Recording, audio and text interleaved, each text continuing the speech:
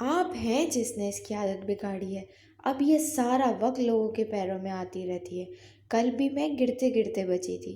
محترمہ نے مجھے کھانا دے کر فارغ ہوتے ہوئے دیکھ کر چراغ پا ہوتے ہوئے کہا۔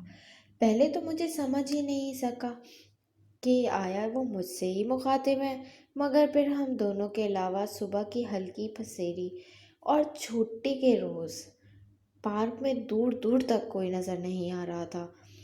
پھر مجھے یقین کرنا ہی پڑا کہ یہ حسینہ مجھ پر ہی بجلی گرا رہی ہیں۔ چند لمحے تو سوچنے میں لگ گئے کہ کہوں بھی تو کیا کہوں۔ شاید وہ مجھے جانتی ہی نہیں تھی، اور جانتا تو میں بھی نہیں تھا اسے، صرف اسے نظر بھر ہی تھا۔ لمبے گھنے کمر تک بال ایک موٹے سے بینڈ میں کس کر بندھے ہوئے، نظر بالوں سے سفر کرتی پتلی کمر تک جا پہنچی۔ تیز تیز قدم بڑھاتے ہوئے میں ذرا بھر بھی لچک نہ پیدا ہوئی۔ پھر نظر دوڑی تو سیدھے ان کے پیروں میں لپٹ جاتی۔ بے اختیار میں مسکرا اٹھا۔ حسین اتفاق یہ تھا کہ اس جوتے کا رنگ میرے جوتے کے جیسا تھا، حالانکہ میں کئی دنوں سے اس جوتے کو تبدیل کرنے کا سوچ رہا تھا۔ اس حسین اتفاق کے بعد یہ جوتے مجھے دل و جان سے پیارے ہو چکے تھے۔ اب میں جان بوجھ کر چلتے ہوئے بلا وجہ ہی اس کے 4-5 قدم کبھی آگے تو کبھی پیچھے ہو جاتا۔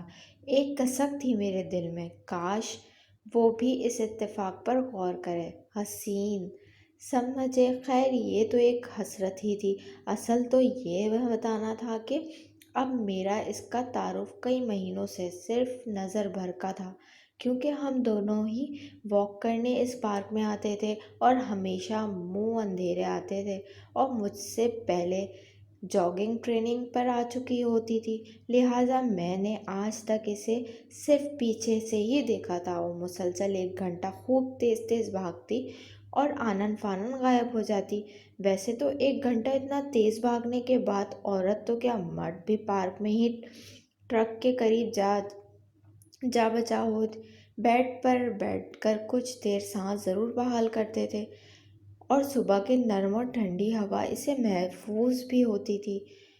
مگر اس کا معمولی مختلف تھا، شاید اسے کہیں جانے کی جلدی ہوتی تھی۔ میں دل میں سوچتا، پھر بھی اس قدر سخت محنت کے بعد ذرا بھر بھی آرام نہیں کرنا اس کی پہلی سے ہی نہ تو صحت کے لیے اچھا نہیں تھا، کیونکہ میرے تجربہ کار نظریے سے تو اسے اس طرح کی محنت بالکل بھی ضرورت نہیں تھی۔ مطلب اس سے پارک میں شاید کوئی 2-4 سال سے باقاعدہ آ رہا تھا، اور ان چند سالوں میں ہی میں نے ہر عمر کے ہولناک موٹے خواتین اور حضرات کو چلنے کے بجائے سرکتا دیکھ کر الجھنے، اور پھر ان کو بڑی محنت اور جان فشانی سے جاگنگ کرنے کے اصول و ضوابط بتاتے اور آخرکار ان کو پتلا ہوتے دیکھ کر ان کو شاباشی دینے کی کئی رسم قائم کی تھی۔ مگر آج تک میں نے کسی پتلی لڑکی کو موٹا ہونے کی جستجو کرتے نہیں دیکھا تھا۔ پھر مسئلہ یہ بھی تھا کہ آج تک اس نے مجھ سے بھاگنے کے اوپر اکا دکا بھی ہدایت لینے کی کوشش نہیں کی تھی، اور اس جلدی کی وجہ سے میں پوچھ پاتا، میں جان بوجھ کر اس کے سامنے کئی بار ہر کسی مرد یا عورت کو جاگنگ یا بھاگنے کے رہنما اصول اونچی آواز میں بتاتا، پھر بھی تھا، مگر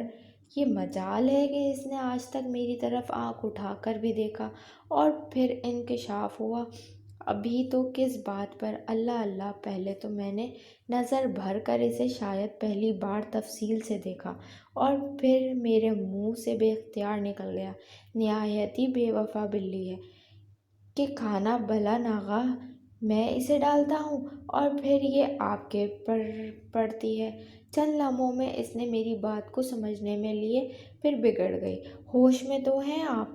میں پارک کی انتظامیہ سے آپ کی شکایت کر دوں گی۔ حد ہو گئی، اتنا شوق ہے جانوروں کو پالنے کا تو اپنے گھر لے جائیں۔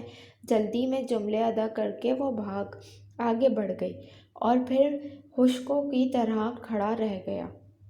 یعنی وہ کیا کہا شاعر نے، جانے نہ جانے تو ہی نہ جانے، باغ تو سارا جانے ہے۔ ویسے تو ٹھیک کہہ ہی رہی تھی، مگر اسے کیا کہتا، یہ میرا ہی گھر ہے، اب یہ پارک جس بڑے سے گھر کے احاطے میں بنایا گیا ہے وہ میرے دادا ابا ہی کا تو ہے، اور اس پارک کا نام میرے مرحوم والد کے نام پر ہے، جو اس ملک کے اب تک کے واحد مشہور اولمپک گولڈن میڈل رنر ہیں۔ ابا جی کے اس شوق کے برعکس دادا ابا جان کو اپنے کاروبار میں لگانا چاہتے تھے، جس کا ہمارا خاندان کا دستور تھا، مگر ابا جی بھی دھن کے تھے، پکے تھے، اور اسی وجہ سے اس کے گھر سے بے دخل کر دیے گئے تھے۔ لہٰذا میرا بچپن شہر کے ایک عامیانہ علاقے میں چھوٹے سے فلیٹ میں گزرا، اور شروع میں مجھے اپنے خاندانی گھر، جائیداد اور کاروبار کا پتہ ہی نہیں تھا۔ آخر کار میرے والد نے ملک کے لیے گولڈ میڈل لیا اور میرے پورے خاندان کا نام دنیا بھر میں اونچا کیا، جس کے بعد سے میں امی جان، ابا جان، دادا ابا جان کے ملنے گھر میں آنے جانے لگے، مگر اس وقت بھی دادا ابا جان کا رویہ ہم لوگوں سے خشک سا تھا۔ مگر جب میرے والد صاحب کو کینسر ہوا تو دادا ابا جان کا سارا غصہ ختم ہو گیا، اور ہم تینوں اچانک ایک چھوٹے سے فلیٹ سے اٹھ کر اس محل میں آ بیٹھے۔ میرے لیے تو یہ بالکل ایک الف لیلا کہانی جیسا تھا، اس لیے میں کہانیوں پر پکا یقین رکھنے لگا اور باقاعدہ لکھنے کا بھی اپنا پیشہ بنانے کا فیصلہ کر بیٹھا۔ اور میرے بارے میں دادا ابا بالکل بھی ناراض نہیں ہوئے، بلکہ انہوں نے میری بڑی حوصلہ افزائی کی، مجھے کہانیاں لکھنے کے لیے لندن کے مشہور یونیورسٹی میں تربیتی کورسز میں داخلہ بھی دلوایا، کیونکہ مجھے لکھنے کا جنون تھا۔ میرے صلاحیتیں تربیتی کورس سے اور بھی سنور گئیں، اور اب میں ملک کا مایہ ناز مصنف ہوں۔ ابھی حال میں ہی میں نے ابا جان کے بھاگنے کے معمول اور زندگی پر ایک کتاب لکھی۔ کیونکہ ہم ایک چھوٹے سے فلیٹ میں رہتے تھے اور بہت غریب تھے، لہٰذا باجا خور رکھنے کے لیے کئی جتن کرنے پڑے۔ ان کی استطاعت کی مشہور یا مہنگی ورزش کا میں جانتی نہیں تھی، لہٰذا ان کی طرح طرح کے گھر اور محلے میں جانے والی ورزشوں کو میں نے بہت ہی تفصیل سے دیکھا، اور پھر امی جان کا اس کمپلسری میں ابا جان کو اور اچھے سے اچھا کھلانے اور صحت مند رکھنے کی جتن، سب کتابی شکل میں آیا تو پڑھنے والے حیرت زدہ رہ گئے۔ ابا جی، میری یہ کتاب اب تک ملک میں سب سے زیادہ بکنے والی کتاب درجہ حاصل کی گئی ہے، اور اب تو اس کی کئی دوسری زبانوں میں بھی ترجمہ ہو رہا ہے۔ خیر، اس کتاب کے بعد جب میں پارک میں پہنچا، لوگ مجھے پہچان کر مجھ سے جاگنگ اور رنز کے موضوع پوچھنے لگے۔ دادا ابا نے ابا جی کی وفات کے بعد اپنے محلے کے برابر والا خالی پلاٹ خرید کر ان کے احاطہ اپنے محل سے جوڑ کر یہ زبردست جاگنگ اور ٹریننگ پارک بنایا، جس کا نام اپنے محروم بیٹے کے نام پر رکھا۔ یہ پارک عوام کے لیے مفت رکھا گیا، اور اگر کوئی بچہ یا بڑا اپنا بھاگنے کا شوق پورا کرنا چاہے تو اس سے ابا جان کی طرف پر پریشانی نہ اٹھانی پڑے۔ چند دنوں میں اس پارک میں کئی لوگ آنے لگے، جن میں کچھ چند دنوں میں تک وزن گھٹانے آتے اور کچھ باقاعدہ رنرز کو اپنا پیشہ بنانے کے غرض سے آتے، کیونکہ یہاں دادا ابا نے ایک عدد رننگ کوچ بھی رکھ لیا تھا، جو ہر شام مفت میں لوگوں کو ترتیب دیا کرتا تھا۔ جب سے میں نے کتاب لکھی اور لوگوں نے مجھے کئی بار ٹی وی پر کسی نہ کسی پروگرام میں دیکھ کر پہچاننا شروع کر دیا تھا، میں پارک ہمیشہ صبح ہی آتا تھا۔ پھر میرے لکھنے کی صلاحیتیں بھی صبح بیدار رہتی تھیں، لہٰذا میں چلتے ہوئے لکھنے کا بھی کافی کچھ سوچتا رہتا، اور چلنے کا مقرر وقت پورا کر کے جب گھر کی طرف اپنے کمرے میں لوٹتا تو میرے پاس لکھنے کے ڈھیر سارا مواد ہوتا۔ لوگوں سے چھیننے کی کوشش کے باوجود بھی چند لوگوں میں مجھے صبح کے وقت ٹکرا جاتے تو مجھ سے ابا جی کی ورزشوں کی کہانی دہرانے کو کہتے۔ اس کے علاوہ پارک کو میری مقرر وقت کو ہٹانے کے لیے ایک بلی بھی تھی۔ اس پارک میں قسم قسم کے چند پرند بھی تو تھے، یہ ایک خاصی تعبیر بلیوں کی بھی تھی۔ ان بہت سی بلیوں میں ایک وہ تھی جس کے بچے چھوٹے چھوٹے تھے، اس کے پیٹ سے لگے بیٹھے رہتے تھے۔ اگر وہ ذرا کبھی کھڑی ہوتی، ادھر ادھر جاتی تو بچے لرزتے ہوئے میاؤں میاؤں مرسی چل کے ساتھ اس کے پیچھے لیتے، جس کے باعث وہ اپنی بچوں کو لے کر ایک طرف پڑی رہتی۔ وہ واکنگ ٹرین بالکل اس کے پڑاؤ کے قریب سے ہو کر گزرتا تو جتنے بھی لوگ واک کرتے اسے نظر آتے، وہ سب کی طرف منہ اٹھا کر جیسے کھانے کو مانگتی رہتی تھی۔ مجھے اس پر ترس آ گیا اور ایک دن میں نے اس کے لیے پیالے میں دودھ لے کر گیا جو اسے پورا نہیں پڑا۔ پھر ایک دن گھر پر ہی پکے ہوئے شامی کباب لے کر کھلائے، اور 2-4 دن تو تجربوں کے بعد میں ایک اسٹور سے بلیوں کا کھانا لے کر آیا، جس کے بعد میری اس بلی سے پکی دوستی ہو گئی۔ اب میں پارک میں پہنچتے ہی سب سے پہلے بلی کا پڑاؤ جا کر اسے کھانا ڈالتا اور ایک عجیب طرح کی خوشی سے لبریز ہو جاتا۔ چند ہی ہفتوں میں اس کے بچے بھی اتنے بڑے ہو گئے کہ مجھے دیکھتے ہی دوڑ لگا کر میرے پیروں سے لپٹنے کی کوشش کرتے ہوئے مجھ سے لیے واپسی اپنے پڑاؤ کو لوٹتے۔ مجھے یہ دیکھ کر خوشی ہوتی رہتی کہ بلی اب کافی صحت مند ہو گئی، اور اب بچے بھی اس قدر پیارے ہو رہے تھے کہ واقعی دل چاہتا تھا کہ ان کی گود میں بٹھا کر بس پیار ہی کرتے رہے۔ کھانا کھانے کے بعد وہ سکون سے اپنی نیند پوری کرتی اور بچے ایک دوسرے کے ساتھ کھیل کود میں مصروف ہو جاتے۔ میں ٹرک پر چلتے ہوئے سب اس کے پڑاؤ تک پہنچتا تو اسے آسودہ دیکھ کر خوشی محسوس کرتا۔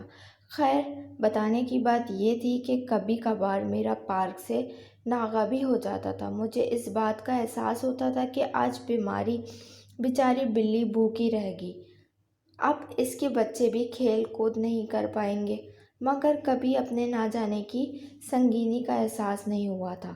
آج کے دن بھی جب مجھے پچھلے کل کے ناغے کے بعد جا کر بلی کو دیکھا تو آگے بڑھ ہی رہا تھا کہ اچانک وہ میرے سامنے آ کر کھڑی ہوئی اور بڑے جاہانہ انداز میں شکایت کرنے لگی، میں نے بلی کی عادت بگاڑ دی ہے، اب یہ پورا وقت لوگوں کے پیروں میں آتی رہتی ہے۔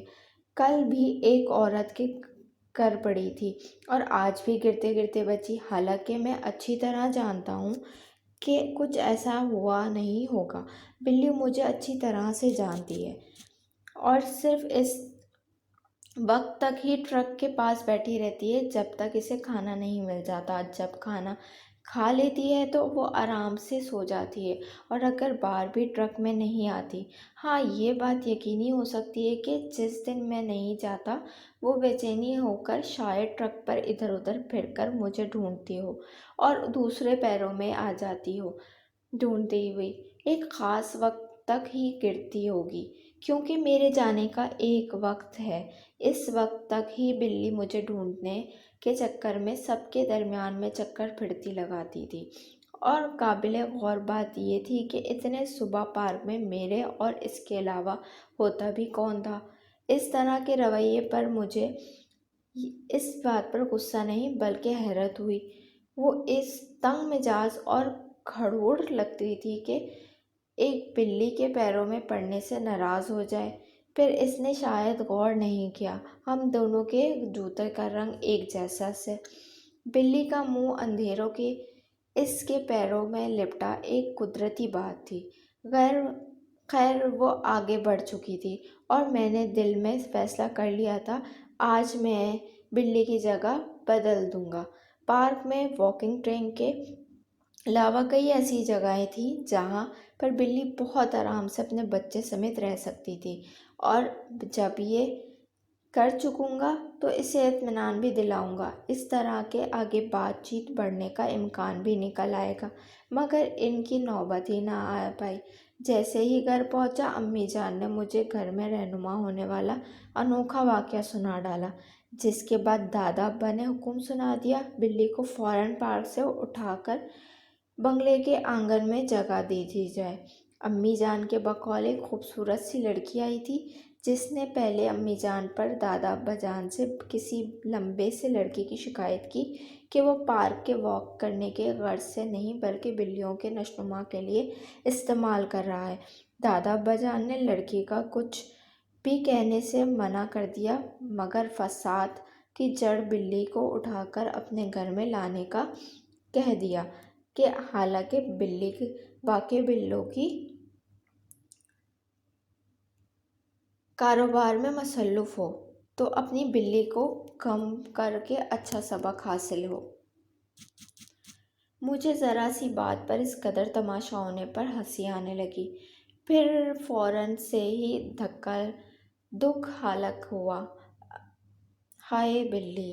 جب پارک بھی تبدیل بلی میں نہیں رہے گی تو ناراضی کیسے میں سہی؟ وہ مجھ سے بات کیوں کرے گی؟ میں اپنے کمرے میں پہنچ کر سوچنے لگا اور کہنے لگا، لکھتے لکھتے مجھے ایک کہانی سوجھ گئی۔ بلی نہیں تو کیا ہوا؟ بلی کے 2 عدد بچے تو ہیں۔ دوسرے دن میں صبح اٹھ کر معمول کے مطابق بلی کو کھانا ڈال کر اپنے بلی کے دونوں بچوں کو گود میں بھر کر پارک لے پہنچا، کیونکہ بلی بھی مجھ سے مایوس ہو گئی تھی۔ بچوں کو لے جا کر دیکھ کر بھی ٹھس سے مس نہ ہوئی۔ میں بلی کے پرانے پڑاؤ پہنچ کر بچوں کو گود اتار کر ان کو کھانا دے کر اپنے معمول کی رفتار سے چلنے لگا۔ آج کیونکہ بچوں کی اماں نہیں تھی، لہٰذا وہ بھی خوب شرارت کرنے لگے۔ پہلے تو پڑاؤ کے پاس ہی کھیلتے تھے، اب تو مست ہاتھی کی طرح جس کا جس طرف دل چاہا بھاگنے دوڑنے لگے۔ ایک وہ چکر کے بعد میں ہی جب بلی کے پڑاؤ تک پہنچا تو اسے بچوں کے پاس کھڑا دیکھ کر رک گیا۔ اس نے مجھے دیکھ کر جلدی سے پوچھا، یہ بچوں کا اماں کہاں چلی گئی؟ اس کا انداز نہایت صاف ہوا تھا، جیسے وہ سب کچھ سمجھ ہی رہی ہو مگر اس کی تصدیق سے ڈری ہوئی ہو۔ پہلی بار تنگ مزاجی کا درد تک پتہ نہیں تھا۔ پھر میں نے اس سے کچھ کہنا چاہتا تھا مگر اس طرح پریشان دیکھ کر مجھے کچھ اور ہی سوچ گیا۔ میں مسکین سی صورت بنا کر جواب دیا، آپ ہی تو چاہتی تھیں، تنگ کرتی تھیں اور اب تو آپ خوش ہیں۔ اٹھا کر باہر پھینک دی گئی ہے بلی۔ وہ گھبرا کر پہلے 2 قدم پیچھے ہٹی اور بے قراری سے یہ میرے کچھ اور قریب آ گئی۔ چاہا تھا میں نے کہ یہ تو بلی نہیں کو چاہا اس تھا کے کہ بچوں سے بلی جدا کر دیا جائے۔ اب یہ بچے اتنے چھوٹے ہیں، اب سارا دن تو ان کے پاس نہیں رہ سکتے نا، ان کا کیا ہوگا؟ بہت برا ہوا یہ تو۔ کچھ معلوم ہے کہاں پھینکا بلی کو ان لوگوں نے؟ کچھ معلوم نہیں۔ پارک کا چوکیدار بتا رہا تھا کہ رات مالک کے گھر سے 2 ملازم آئے تھے اور دونوں بلی کو گھیر کر ایک کالی تھیلی میں بند کر لیا۔ بچے چھوٹے تھے تو ادھر ادھر چھپ گئے اور شاید ملازمہ کو بچوں کا معلوم بھی نہیں تھا، لہٰذا وہ صرف بلی کو لے گئے۔ چوکیدار نے بتایا کہ اس نے بھی ان کو بلی کے بچوں کا نہیں بتایا، ورنہ ان محفوظ جگہ سے بچے بھی بے دخل کر دیے جاتے۔ میرے جواب پر وہ جذبات میں ہاتھ ملانے لگی اور زور زور سے بڑبڑانے لگی، اوہ ہو، یہ کیا ظلم ہو گیا مجھ سے؟ انسانوں کے قصوروار تو ہوں، اب یہ کیا بے زبان جانوروں کی بھی قصوروار؟ مجھے ان کے اس قدر پریشان ہونے کی امید نہیں تھی، اور پھر پریشان نہیں، بہت افسردہ ہو گئی تھی۔ پتہ نہیں ان کے دل میں کیا دکھ تھا، یہ کن انسانوں کی قصوروار ہونے کی بات کر رہی تھی۔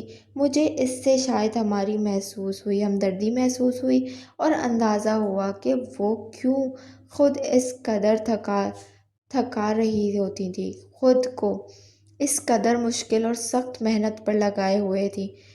اس کا آنن فانن پارک سے غائب ہونا اس لیے نہیں کہ اس نے کہیں جانا ہوتا ہوگا، بلکہ وہ شاید پارک میں بیٹھے چلتے پھرتے حشاش بشاش لوگوں سے چھپنے کی کوشش کرنے لگتی تھی۔ میں نے سوچا کہ اس سے سب کچھ سچ سچ بتا دوں، مگر ابھی میں بات کرنے کے بارے میں سوچ ہی رہا تھا کہ وہ تیز تیز قدم بڑھانے پارک کے داخل دروازے کی طرف بڑھی۔ کہاں جا رہی ہیں آپ؟ میرے منہ سے بے اختیار نکلا۔ کو مجھے اس کے آنے جانے کی بارے میں پوچھنے کا کوئی بھی حق نہیں تھا، پھر بھی پوچھ بیٹھا، اور وہ بھی اس قدر اپنی سوچوں میں مگن تھی کہ میرے سوال پر چونک کر رک گئی۔ میں کوشش کروں گی، میں کچھ کرتی ہوں، کل ملتی ہوں۔ وہ کچھ بے بات الفاظ کہتی آگے بڑھ گئی اور میرے دل بلیوں اچھلنے لگا۔ وہ مجھ سے کل ملنے کا کہہ گئی، یعنی کہ میری کوشش رنگ لے آئی تھی۔ میں نے یہ فیصلہ کر لیا تھا کہ کل ہی بلی کو واپسی لے آؤں گا، یا پھر اسے سچ بتا کر اسے پریشانی سے نجات دے دوں گا، کیونکہ مجھے اسے تکلیف میں دیکھ کر بہت خوشی محسوس نہیں ہو رہی تھی۔ ناحق میں نے اسے اس قدر پریشان کر دیا۔ آج چلنے میں دل نہیں لگ رہا، عجیب بے چینی سی محسوس ہو رہی تھی، جیسے کچھ کھو گیا ہو۔ میں نے مقرر وقت پورا کرنے کے بجائے بلی کے بچوں کو لے کر واپسی لوٹا اور بچوں کو بلی کے پاس چھوڑ کر وہیں اس کے پاس بیٹھا تو اچانک امی جان نے آ کر میرے دائیں کان میں زور سے بیٹھنا شروع کر دیا۔ یہ کیا بدتمیزی ہے، کیا کر رہے ہو تم؟ میں نے تو پہلے ہی سمجھ گئی تھی لمبے سے لڑکے سے کیا مراد ہے اس لڑکی کی، مگر خاموش تھی کیونکہ اس پیاری سی بچی کو تنگ کر رہے ہو۔ امی نے مصنوعی غصے سے میرا کان کھینچا اور لڑکپن میں آ گئی۔ ارے کل دکھاؤں گا بلی اسے اور سب کچھ بتا دوں گا۔ امی جان میرا کان تو چھوڑیں، میں نے التجا کی، جس کا امی جان پر کوئی اثر نہیں ہوا۔